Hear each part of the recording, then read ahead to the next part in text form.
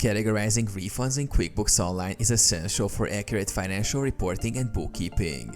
Refunds can arise from customer returns, vendor credits, or overpayments. Here's how to categorize them properly. Record customer refunds. Navigate to the customer menu. Click on the plus new button and select refund receipt if refunding a customer directly. Enter customer information. Choose the customer from the drop-down menu. Categorize the refund. Select the appropriate payment account. In the product or service field, choose the item for which the refund is issued or add a new line for service or expense.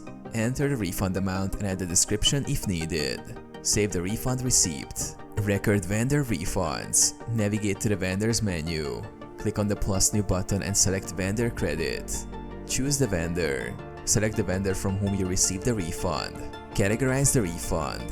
Enter the details, including the account to which the refund applies. Save the vendor credit. Review and reconcile. Regularly review categorized refunds in your financial reports to ensure accuracy and make necessary adjustments during reconciliation.